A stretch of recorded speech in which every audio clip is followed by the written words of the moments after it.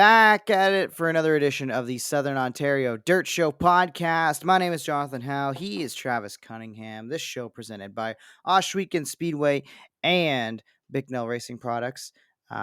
Travis, episode 69 we are on. So who comes to mind when you think of race cars with the number 69 on the side of it? Well, if you're going to take the one we said, you got to go first because he's the main one around here. Okay, well, I'm going to do a quick Google search because I think there's actually another one that I think we're both... There is around here. I'm we going to both say it kinda then. The main forgot. one around here is Rob Pitts. Go for it. Okay, yeah. Yeah. I of course that was the pick for sure. Multi-time I sportsman champ, late model champ, ran sprint car and modified. He's raced a few things. He's got the bunny on the car, which I always liked. Thumper. Yeah. Thumper. That's his. Yep. And like when I started modifieds, he was out there with me. Nice. He was a rookie year that year too. I think it was his rookie year. He moved up from sportsman after he won he won all three tracks one year. Last week he did the Dave Daly, but in sportsman. Really? Eh? Okay, fair enough. Yeah. That's pretty impressive. I'm trying to find to make sure I am right about this. Yes, I am right. Ken Hamilton. That was the other one you're thinking of from Oswego. Yeah. In the crate sprints, 69K sprint car. And then there's one other one, like the car that James Friesen's in now, the 72, Gord that owns that car. Way back when, he owned an old downtuber car that came out that he bought from my old buddy Wes, and it was number 69 with James Mercer in it.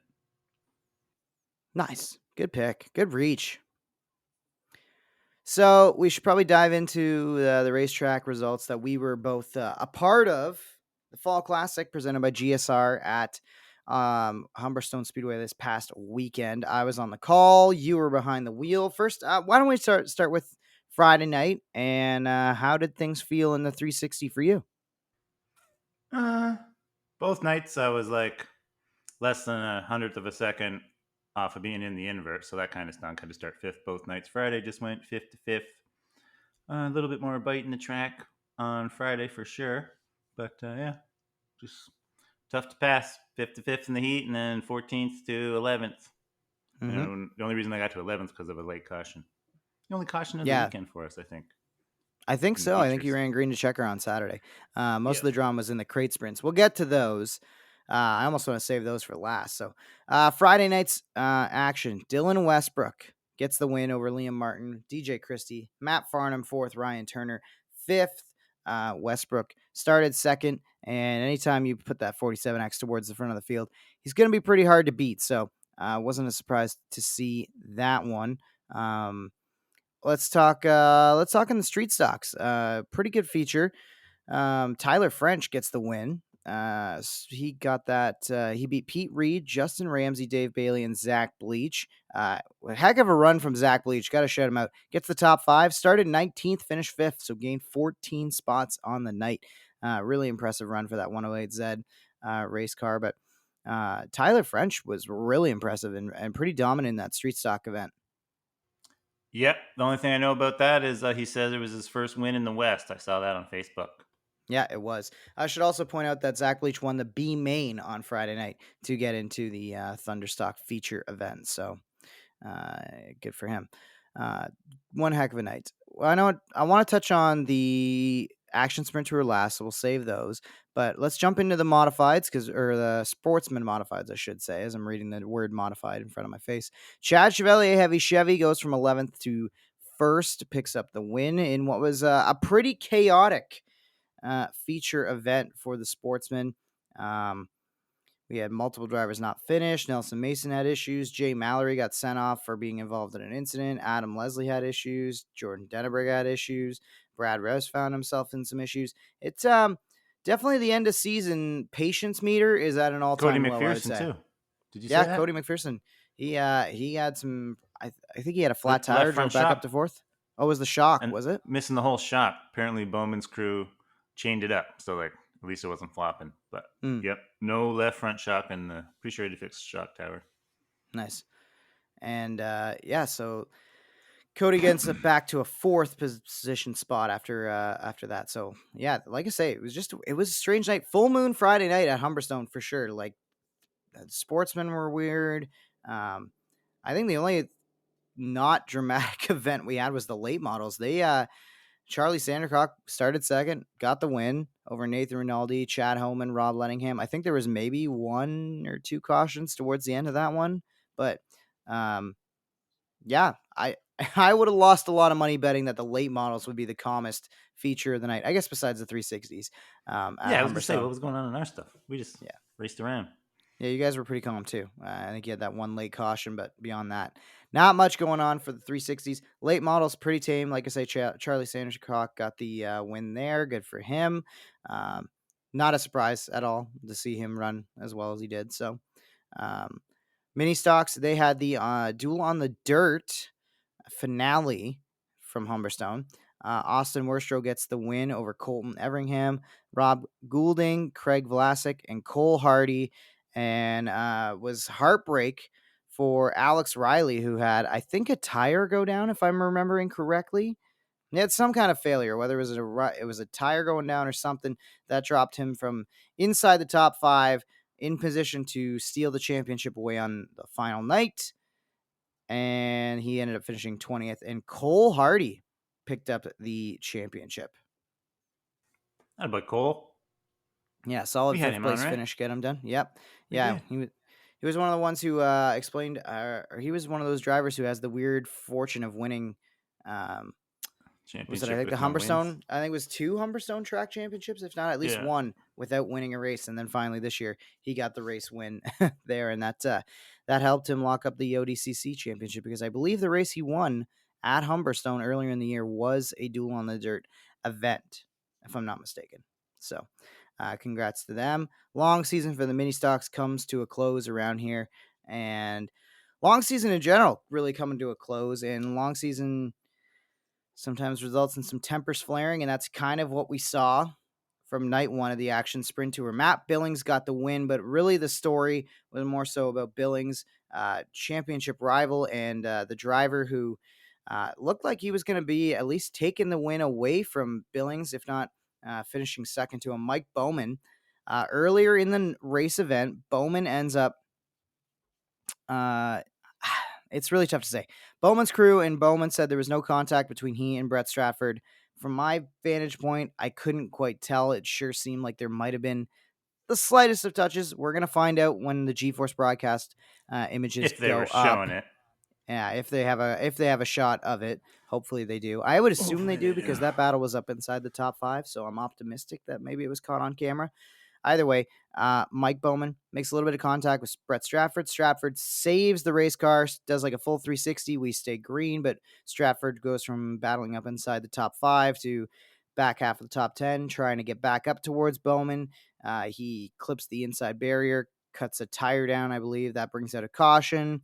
And while running at the back of the field, on the restart, he kind of slowed down. Mike Bowman was trying to make the pass for the lead underneath Matt Billings, and they both kind of got around Stratford when Stratford decided to gas it up and drove in what appeared to be that he drove straight into the side of Mike Bowman and over Bowman's left rear tire, making contact with the body. Both cars end up in a heap, and that was just the kind of start of the drama.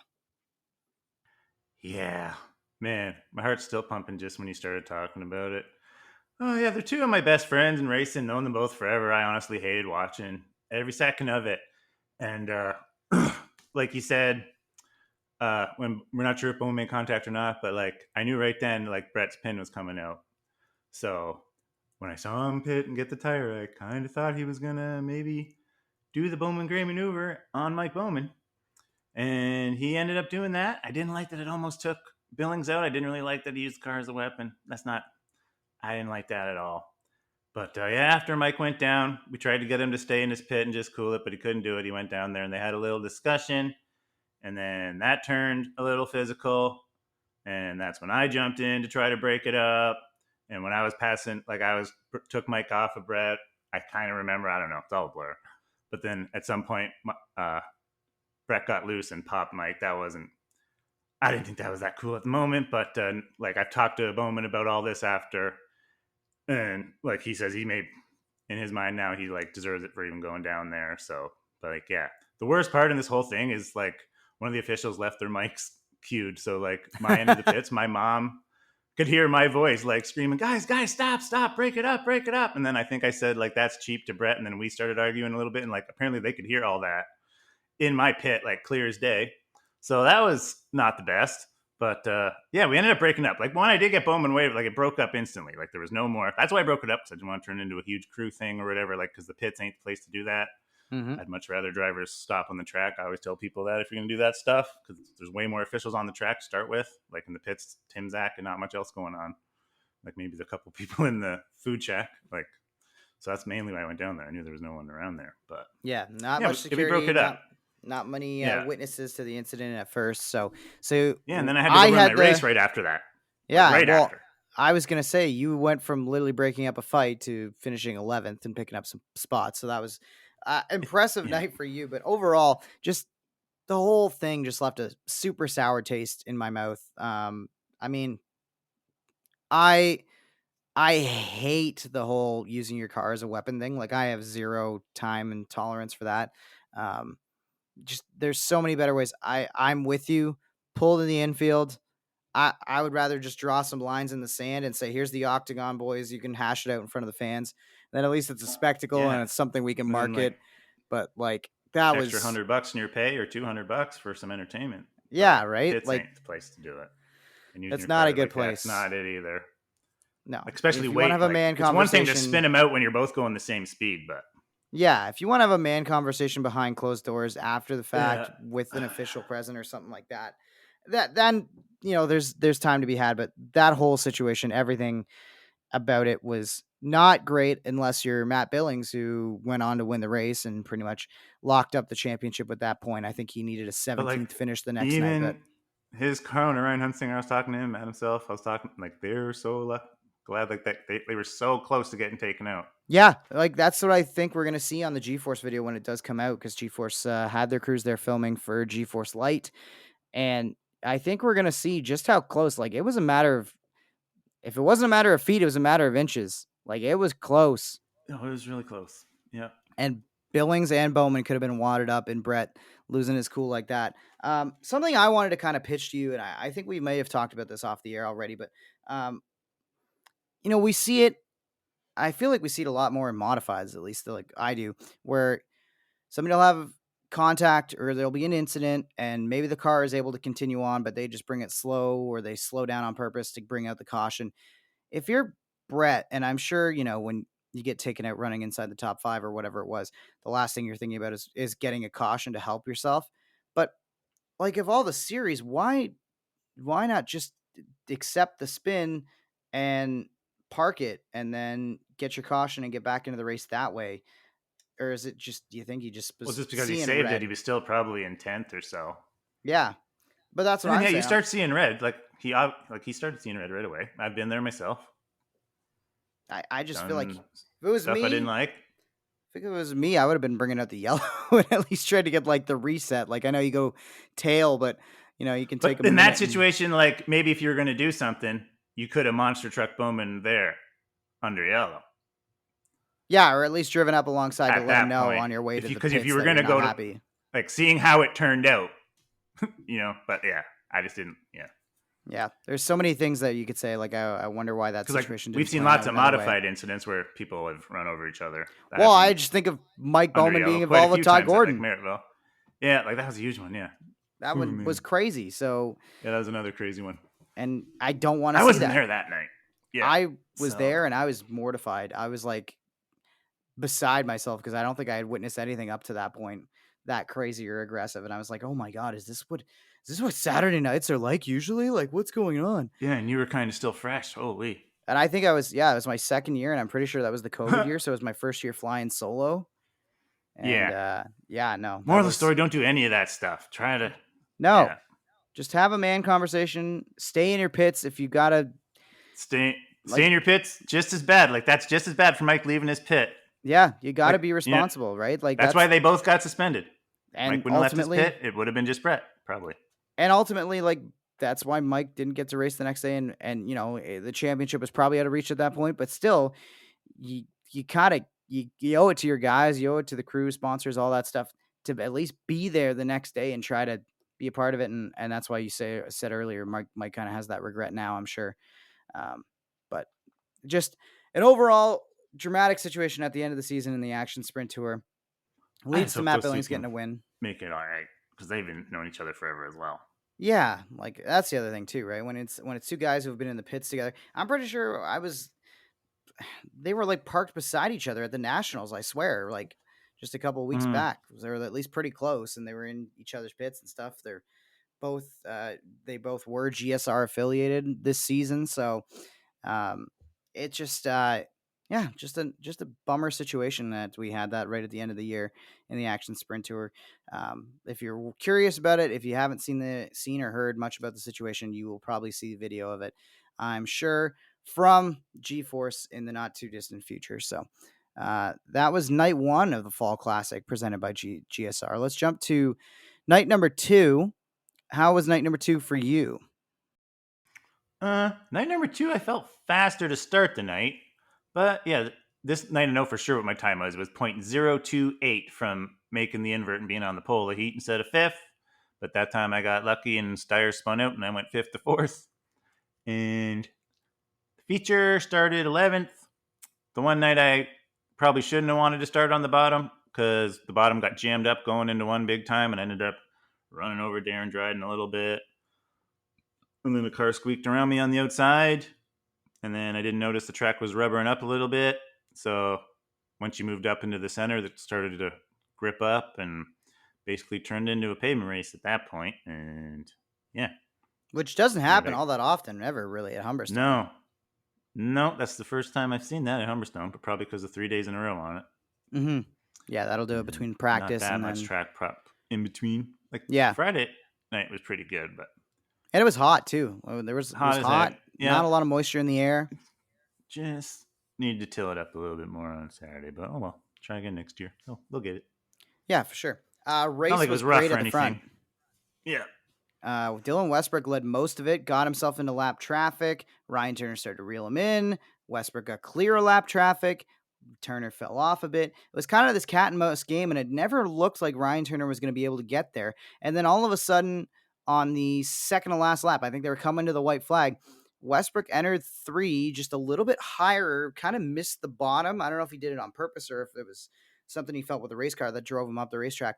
And Turner just sent it, like fully bombed in there and got the pass done and stole the win away from Westbrook right at the end of the race. It was a really impressive move from Ryan Turner to get that win over Westbrook. And Matt Farnham was 3rd, DJ Christie 4th, and Liam Martin 5th. So another couple good runs for the young guys there, DJ Christie and Liam Martin. The Southern Ontario Dirt Show is brought to you by Oswego Speedway, Southern Ontario's home for Friday night excitement. For over 25 years, Oswego Speedway has promoted and played host to sprint car racing with a new season of family-friendly events on the horizon and set to begin May 19th. Catch our own Travis Cunningham as he races weekly in the 360 division each Friday night in pursuit of a season-long championship. The Friday night lineups are rounded out by crate sprints, thunder stocks, and mini stock divisions as well. In addition to weekly racing, Oswego Speedway will also hold several marquee events for the Southern Ontario Sprints, the Action Sprint Tour in their West Series and National Series, as well as a visit from Canada's premier stock car series, the NASCAR Pinty Series, on August 14th and 15th for their only stop on dirt. Mark your calendars as the 3/8 mile dirt track located in Oswego, Ontario welcomes drivers from across the country and beyond for the 19th running of the Canadian Sprint Car Nationals, which is scheduled for September 16th. To keep up to date with the latest news from the track, be sure to find them on Facebook, Instagram, and Twitter. For track information on policies, admissions, directions, and more, be sure to visit OswegoSpeedway.ca. That's OHSWEKEN Speedway.ca. Oswego Speedway, your home for Friday night excitement. The Southern Ontario Dirt Show is brought to you by Bicknell Racing Products. The last 40 years plus have seen Bicknell Racing Products grow to be an industry leader for racers and enthusiasts alike. Their St. Catharines location is home to 20,000 square feet of manufacturing and retail space, With a second store in Niagara Falls, New York, and a dealer network that continues to grow day by day to serve Southern Ontario, Western New York, and beyond. Bicknell Racing Products distributes Hoosier tires for much of Eastern Canada, New York, and even parts of Pennsylvania. BRP has everything you could need to keep your car performing at its peak with genuine parts from the manufacturer. They even have a technical support line committed to helping you with the most up-to-date information and feedback from racers and crew chiefs. Have you ever thought about a career in the automotive or racing industry? Now is your chance to take the leap with Bicknell Racing Products. They are looking for CNC machine operators, welders, and more to join their team this season. Please send all resumes to Dana Curving at BicknellRacingProducts.com. That's DANA CURVIN at BicknellRacingProducts.com. For further information on Bicknell Racing Products and to find a dealer near you, visit BRP online at www.BicknellRacingProducts.com or on Facebook or at twitter.com/BicknellRacing. Yep, good to see Ryan win. And yeah, the rubber races kind of lead to, like, sometimes it can be boring during the race, but a lot of times it can lead to like a guy waiting for his perfect move and then making it. And then that's what Ryan Turner 50 did. lapper in the GR Let's and go to the Viral pad on the Rail, front Thunder stretch. Stocks, Street Stocks, whatever we're calling them now at Humberstone. Seems to be going back and forth. Pete Reed wins the 50 lapper. That closed out the ODCC Duel on the Dirt Instapanels challenge for the year. And I believe Ryan Beagle ended up getting the title. I haven't seen the official scoring for that one yet. This is Tuesday as we're recording it. So I haven't seen the official results for it. Yeah, I think it was Beagle, What, right? the championship? Oh, it was a tie, Him and was it? Ramsey tied. Wow. I was trying to do the rough It math was. during the broadcast, and I couldn't figure it out because Beagle started on pole, and he came in, I think, trailing 9 points. I think that was the margin going into the night. And at first, I'm like, oh, Beagle like out front on pole. I know Ramsey's good, but he's going to have to get past him, or he's going to at least get up to third or second or something to make it happen. And then Beagle, and I forgot, I didn't ask Ryan what actually happened. At first, I thought he had a flat coming to the green. I think it was a flat or So I something. thought it was a flat too for a while there, but he stayed on the racetrack for a long time. I forget. And every time he went by, it looked like the right rear, if I'm remembering my call correctly. I think the right rear looked soft at the very least, or it didn't look right to me from my vantage point. It wasn't flat all the way. It wasn't an obvious flat. It wasn't flapping around or anything. But I just remember looking at the right rear of the race car and being like, there's something off there. And I think it's hurting Beagle. And sure enough, he dropped like a stone through the field and got lucky, caught a caution with, I don't know, 10 laps into the race, maybe 13 laps into the race, was able to fix whatever the problem was, whether it was a tire, whether it was something else, and drove back through the field to finish second. It was a really impressive drive. Kyle Wirt doing the same thing as Zach Bleach, where he had to come through the B main, started 19th, finished third. Dave Bailey, fourth. Jason Fontaine with a solid run in fifth. And Pete Reed with the win. But yeah, Justin Ramsey. Even Ramsey found himself in trouble. I think he got turned around at one point as well. Yeah, his car he was all pretty torn mangled up as well. I saw that on Facebook the next day. Yeah, his was all torn up at the front end, and he had lots of damage. The hood was flapping on it. So not that aerodynamics are a huge thing, but they're not a huge thing until you have a hood flapping in the middle of a front stretch, right? So yeah, it's not nothing either. Yeah, so but that's going to be an entertaining race to go back and watch because I was beside myself with how many things were going wrong for front runners, how many drivers found themselves going to the back and then to the front and the back again.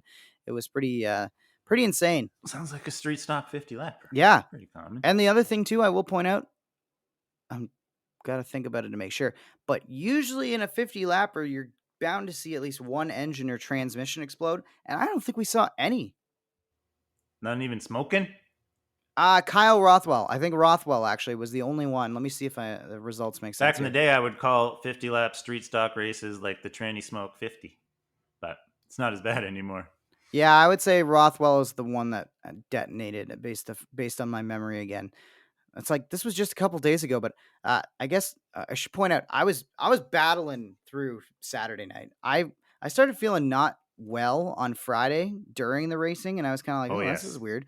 Ended up staying with our pal Beef and the boys in the trailer for the night, And by like 4 a.m., after I tried to go to bed at 3 o'clock, I was back awake and not sleeping a wink, just with some awful stomach symptoms. So I battled through food poisoning, I think is what we ended up determining it was. So that was not a fun night to be in the booth, but we made it through. I didn't get sick on the mic, so that was good. And yeah, I'll be interested to go back and rewatch that race and that whole race night, whole weekend really, and see if I can refresh my memory about all the things that happened and see what we missed covering on the podcast. Let's jump into the Action Sprint Tour, where Adrian Staley picked up his first ever crate sprint win over Adam Turner, John Cadman, Lee Ladouceur, and Matt Billings. Finishing fifth was more than enough for him to win the championship. Should point out that Dylan Westbrook and Nick Sheridan from the 360s jumped into the suspended Mike Bowman and Brett Stratford vehicles, and Westbrook in the BS39 finished sixth. Nick Yeah. Sheridan seventh in the I thought it 71. was so funny that those cars were all over each other with different drivers the next night. Yeah, they couldn't separate. Couldn't get away. Still, I was like, "What? What are the odds? What are the chances?" But yeah, that was it was a good weekend full of crate sprint racing, and I'm really happy Agreed. for Agent Staley because that is a driver who's been showing up as long as I can remember there being crate sprints. I think he's been a mainstay at every single race that I've been to. So, congrats to him on the first win. That was really a nice thing to see. Yep, I was super pumped for him. Another guy coming over from the pavement midget world, I believe, and another one I was pumped for is Cadman was in second. Mm-hmm. Or no, was Yeah, it that Adam was Turner in second, Cadman third? Adam Turner was second, Cadman Cadman was ran third. second for a lot of the race. That's why I thought that. But I was pumped for them two Yeah. boys as well. Adam Turner as well. That's like his seventh second, he said on Facebook at 4 different tracks. Someone who finished second 11 times before I won. I can feel that. Yeah, it's relatable, is it? Relatable. Over in the Sterling Lubricants Dirt Car Sportsman, Adam Leslie picks up the win over Chad Chevalier, Tyler Willard, Nelson Mason, Jay Mallory, Cody McPherson sixth. And we should point out that our good pal Travis Miller jumping in the 185 for his first start of the year in a Sportsman picks up seventh spot overall. +1, started eighth. Not bad. Mm-hmm. Not bad. Not bad for just Dusted getting the off the call, I think, old Thursday that he fire was going to suit. race. So, Yep. yep. So congrats to him. Congrats to everybody on a great season sportsman wise. Of course, there's going to be some heavy hitters heading down to Super Dirt Week to contend the sportsman down there. We should also mention on the card that night was the Tender Cut Meats Mod Lights, which was won by Joe Isabel over Brent Bigelow, Josh Slater, RJ Pitts, and Jamie Gilbert. And let me tell you, if Joe Isabel is coming up here full time next year, we are going to have one heck of a duel between I think it's Alien Fabrication is his team and the cars that he builds under. Apologies if I got that wrong, Joe, but I'm pretty sure that's what's on the side of the race car. Between those cars and the Savage Racing boys, there's going to be a good little battle in the mod lights, I think, in 2024. I hope so. Love to see it. Mix it up a bit. Yeah, we got to get Joe on the show and talk to him a little bit more about. He's I run the think he Super comes Dirt from Car like the Series. Brewerton way. Yeah. Yeah. He owned a huge modified team back in the day. Late models at one Yeah. point. Yeah, that would be a great guy to talk to about the mod lights and what he's learned battling up against the Savage Chassis guys. And yeah, it's been good. Every time those cars come up, he's bad fast. And especially at Humberstone, he's been really, really good this year. So that kind of covers the Fall Classic. I think that's everything from that night. I think we got it all. So my question to you is, are you ready for Super Dirt Week? Oh, yeah, especially the way I do it this year, just watching her on the couch. Yeah. Hope the weather switches up because I've been looking at the elongated forecast and not looking like they're gonna have some fights on Friday, Saturday, Sunday. So, but I've been to Mm-hmm. Super Dirt Weeks like that at the mile where everything gets pushed to Sunday and stuff like that, or you get some stuff in Friday. They'll be ready for it, and they have to use Monday. I bet you they will. Have they done that before? I think they got Monday there to use it. But yeah, hopefully they get it all in on schedule though. And of course I'm ready. I love like all the new schemes that come out. The mile used to be so much more for that, but it still happens at Oswego. And so far my favorite's Ryan Go Down, rocking the brown look. kind of Yeah, sweet. that was a nice kind of classic looking race car, eh? Mhm. Um, the reason I asked that is because I guess we kind of should touch on the last big modified event, I would say, on the calendar before Super Dirt Week. Is this This is kind of like always the unofficial, this is, official kickoff of Super Dirt Week, the heck Fulton yeah. 200? Yep, used to be called the Victoria 200 back in the day. Billy Pouch won the first 5 ever of them. Still has the most wins ever in that race. Now it's called the Outlaw 200. Some people call it the Fulton 200. But yeah, now it's 358 small blocks with sail Hmm. panels. Pretty much, yeah, it's like a And Maryville 200 lapper, but like they basically, start yeah, 46 cars, like more than NASCAR. So that's pretty cool thing about it. which is insane. Yeah, that track's just big enough to make that work. And the main thing about that track that makes it work is there's like 8 lanes to race. There's no, Yeah. it's like Ush Weekend. It races so good, that track. Every driver that races on it says it. Like they should probably, when we did interviewed me, I said Kokomo or something. Maybe I'd rebuild Fulton somewhere. I'm gonna take it back because that place is banging. Just the way it gets slick too, and you can use all the lanes, like I said. Because like I saw At the people risk of being say, "Oh, sorry, at the risk of being controversial, is that where Super Dirt Week should be instead of Oswego? it's just you can't because there's not enough people." That's the whole thing. No, because Mm. that's the whole reason it's at Oswego, to hold the people. Yeah. That's the whole reason. That's it. The only place, like Rolling Wheels wouldn't even been big enough. I know people love to say that. Oh, could go into no. That place ain't even close to as much land as Oswego, and Hmm. Rolling Wheels is unsavable. Pretty bad.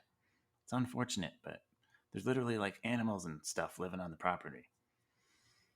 You hate to see it. You hate to see But it. maybe somebody will win Powerball, or maybe like the New York State government will step in. We'll get Well, that was the whole plan. Like Glenn Donnelly was supposed to build this huge Central New York Raceway Park, kind of like the Fort Erie track, and like same thing as it. Pretty much went the exact same thing as the Fort Erie track. Pushed some dirt Hmm. around, maybe sold that dirt, and that was it. It was And supposed to that be was that. directly across from Brewerton. Is where that was supposed to be. But yeah, that's in a pipe dream now. Oswego it is. But people that hate Oswego are just silly. Like I rewatched the very first Oswego Super Dirt Week a couple weeks ago, and even though it was rough, like the racing was still pretty good. And the mile was getting pretty good racing at once the end, but a lot of the early years I went, like it was just a single lane train and pit strategy was everything.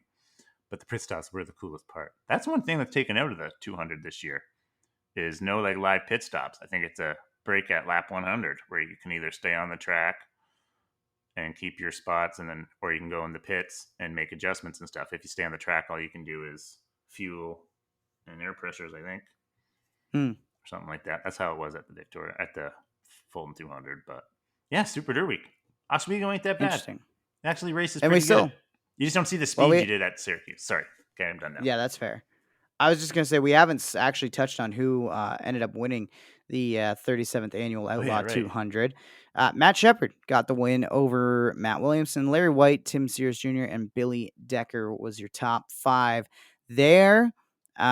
Pretty sure Pretty predictable top five. that was Matt Shepard sending a message back that maybe our prediction about Stuart Friesen being the favorite or one of them. He's still the man to beat until he's not the man to beat, right? Yeah. Wow, our boy Stewie got roughed up though this weekend at the Talladega, which I hate super speedway racing.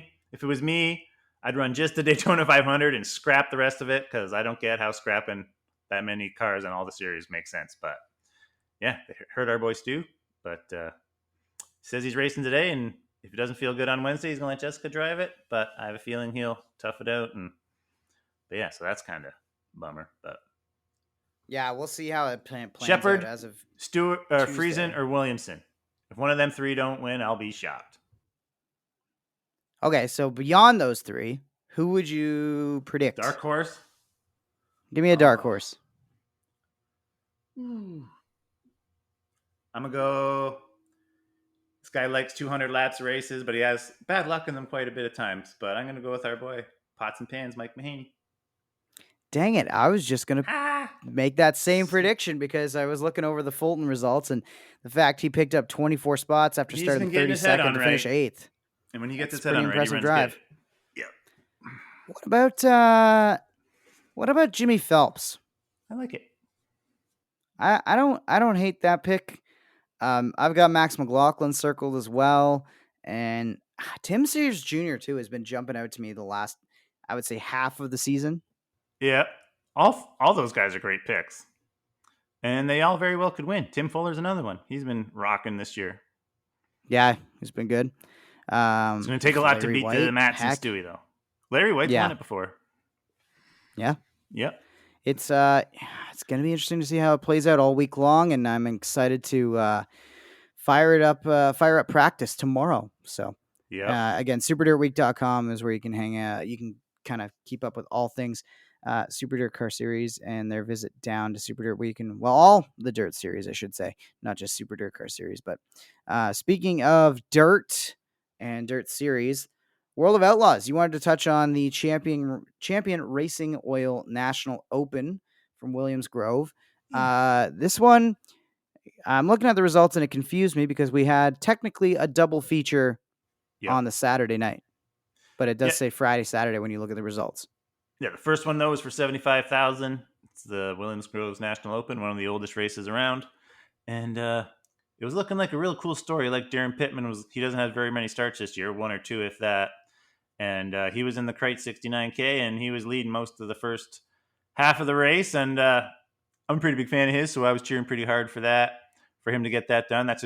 Even just to run second. He ended up running second. Brent Marks ended up getting him for the 75,000, but even just to run second with only racing that little of times just shows how good those guys are truly on the Outlaw Tour, that they can sit on the couch all year and then just jump in it like nothing happened and park it for second, which I'm sure was like at least 30,000. So pretty good payday. And there you go. There's a 69 for you for episode 69. How did I The not think of that 69K one? going this weekend. Yeah, McDonald Crate 69 is like one of the most famous cars in sprint cars. So how did I forget that one? Brent Marks wins it over Darren Pittman. Like you say, Rico Abreu was third. Sheldon Hasenschau was fourth. And Brad Sweet fifth in that one.